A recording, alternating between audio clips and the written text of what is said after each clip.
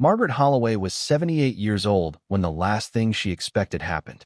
For decades, everyone in her small Ohio town knew exactly what she believed. Or rather, what she refused to believe. If God exists, she would say with a cold smile, he has a strange way of showing it. She had buried her husband after 43 years of marriage. She had watched her only son die in a highway accident. She had survived cancer twice. She had spent countless nights staring at a ceiling that never answered a single prayer. By the time she turned 50, she stopped pretending. There is no God, she told anyone who asked. By 60, she laughed whenever someone invited her to church. By 70, she had removed every Bible from her house and donated them to a thrift store. Faith, she insisted, was just something people invented because they were afraid of dying. Her neighbors stopped arguing with her years ago. Even her granddaughter Emily had learned not to bring up religion. Whenever Emily mentioned church, Margaret would interrupt. Don't waste your Sunday chasing fairy tales. Emily would simply smile. I'll keep praying for you anyway. Margaret rolled her eyes every single time. One rainy Thursday evening, everything changed. She was sitting alone in her kitchen. The television was playing quietly in the background. A cup of coffee rested beside her favorite chair. Outside, thunder echoed across the sky. She reached for the mug. Halfway there, a crushing pain exploded through her chest. Her breathing stopped. The cup slipped from her hand. Coffee shattered across the hardwood floor. Margaret tried to stand. Her legs refused. She collapsed beside the table, unable to scream. Minutes passed. The room grew strangely silent. The television disappeared. The thunder vanished. Even the pain was gone. She opened her eyes. But something was terribly wrong. She was standing, looking down at herself. Her body lay motionless on the floor, eyes open, face pale, coffee spreading beneath her hand. No, she tried touching her own shoulder. Her hand passed through it. Panic rushed over her. This isn't real, she screamed. No sound came out. Then, everything around her dissolved. The walls disappeared. The kitchen vanished. The world became darker than any night she had ever known. There were no stars, no moon, no horizon, only endless darkness stretching in every direction. She began walking. She didn't know why. There was nowhere else to go. Seconds, or maybe hours, passed. Time no longer made sense. Then she heard something. Footsteps. Not hers. Someone, or something, was walking behind her. Slow, steady, closer. She turned around. Nothing. Only darkness. She continued walking. Again. Step, step, step. The footsteps returned. This time they sounded closer. Much closer. Margaret stopped breathing. Who's there? Her voice disappeared into the darkness. No answer. She walked faster.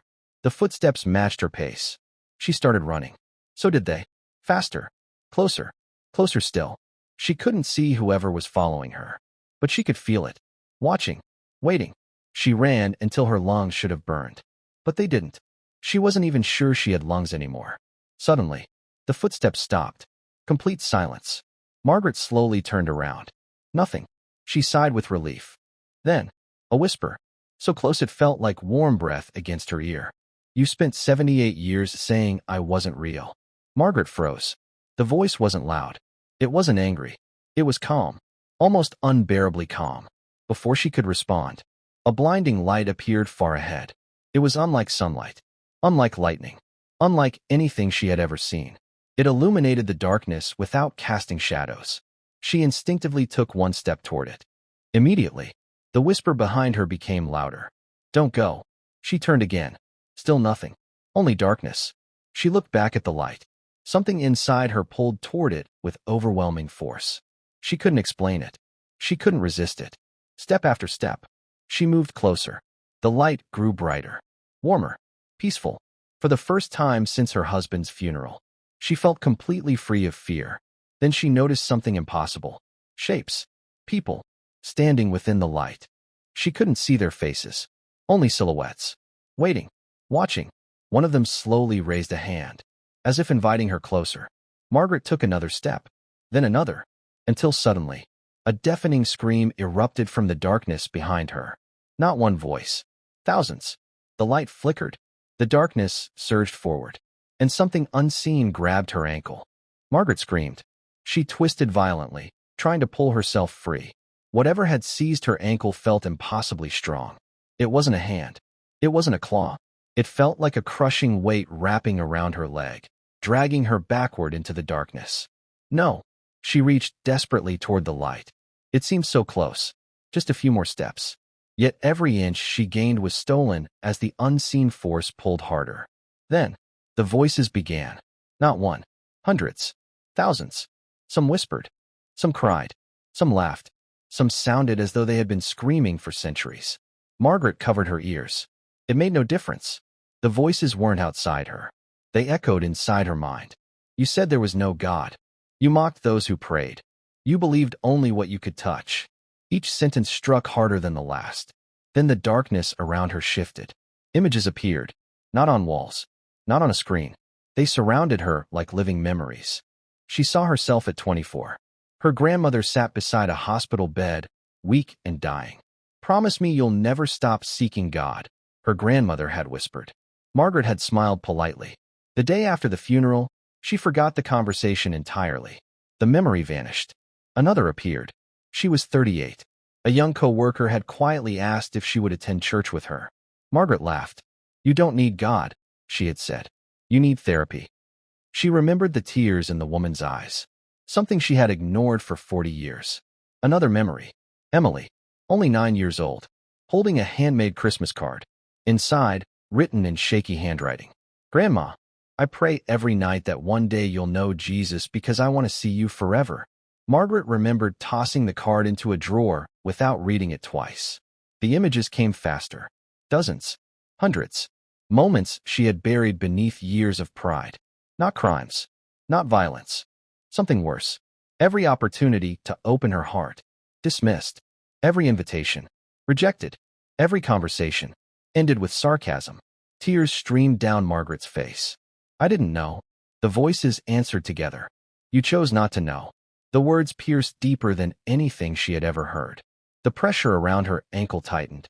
The darkness began pulling again. This time she slid several feet backward. The light grew farther away. No. She clawed at the invisible ground. I don't want this.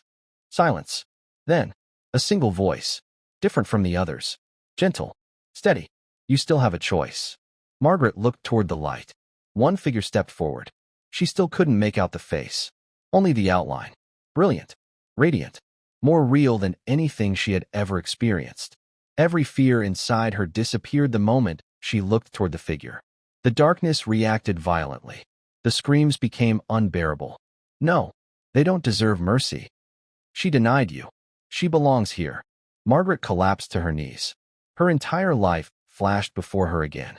Not just the painful moments. Everything. The birthdays. The arguments. The funerals. The laughter. The loneliness after midnight. The nights she secretly whispered into the darkness. If you're real, why won't you answer? She had forgotten those prayers. But someone hadn't. The radiant figure spoke again. So many times you searched without realizing it. Margaret began sobbing. I wasted my whole life. The answer came immediately. As long as there is breath, there is hope. The darkness exploded with rage.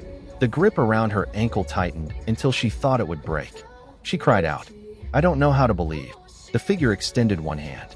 You don't need all the answers. You only need to take one step. Margaret stared at the outstretched hand. It wasn't forcing her. It wasn't demanding anything. It was simply waiting. For the first time in 78 years. Her pride collapsed. I was wrong, she whispered. I spent my whole life saying you weren't there.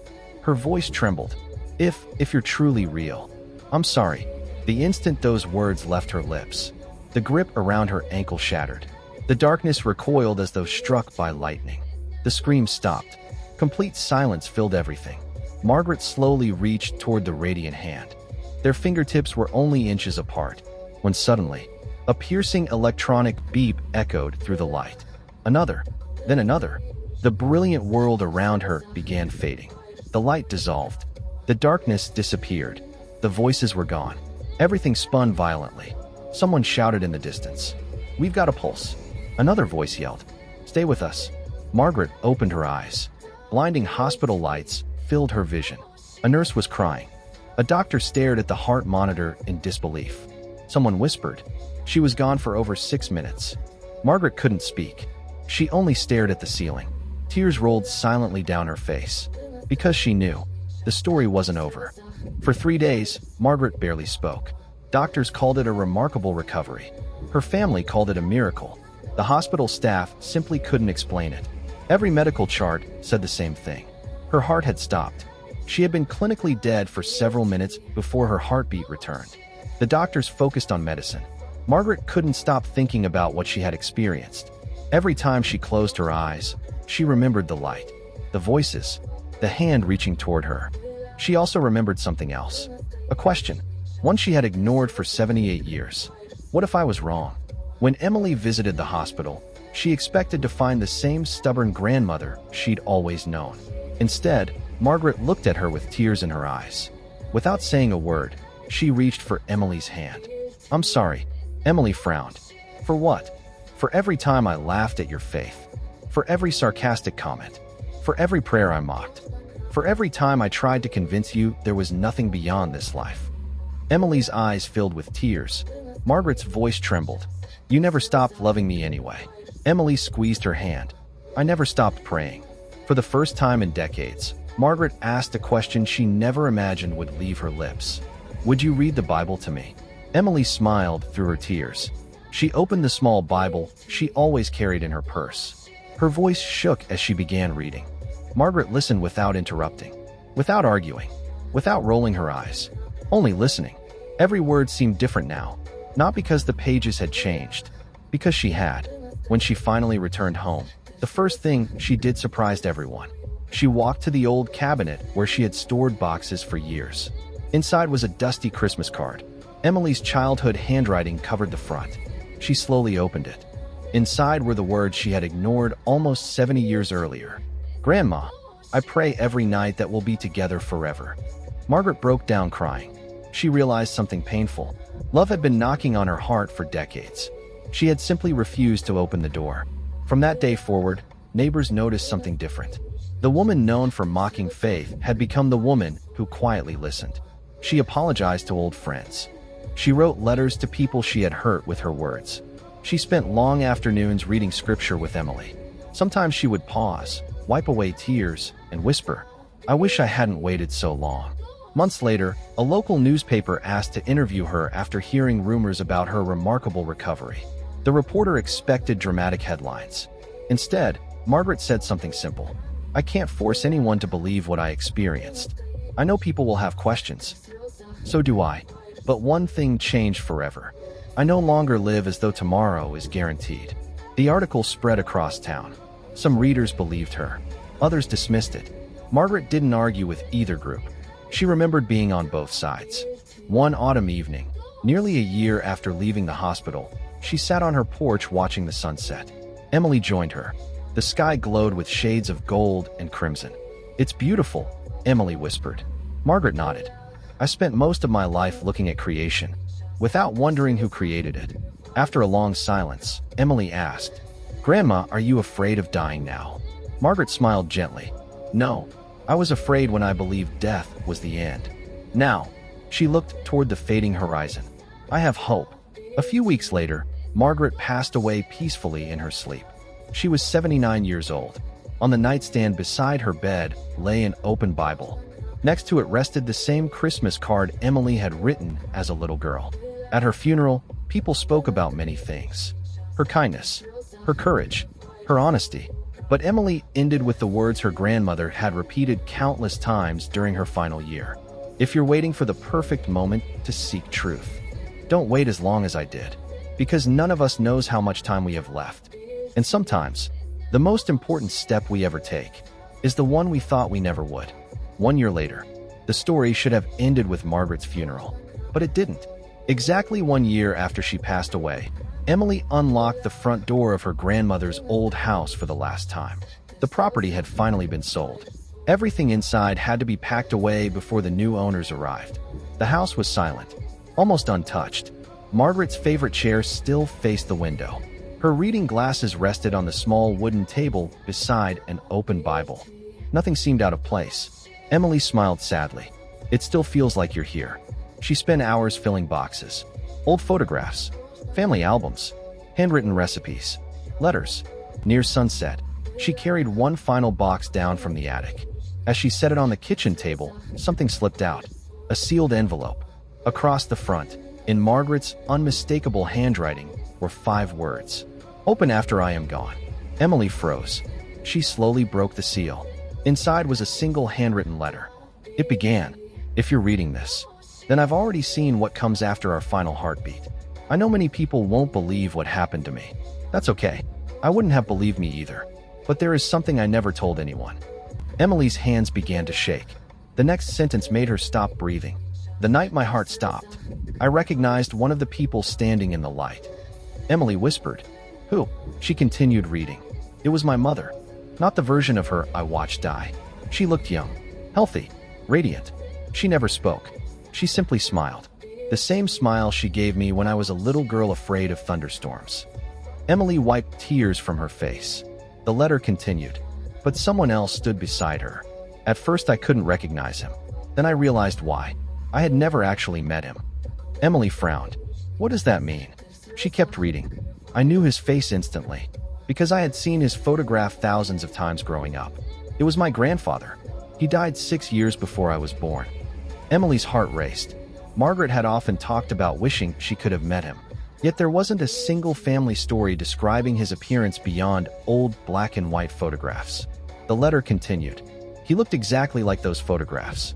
Except, he was smiling." Emily lowered the page. Her hands trembled. She remembered something.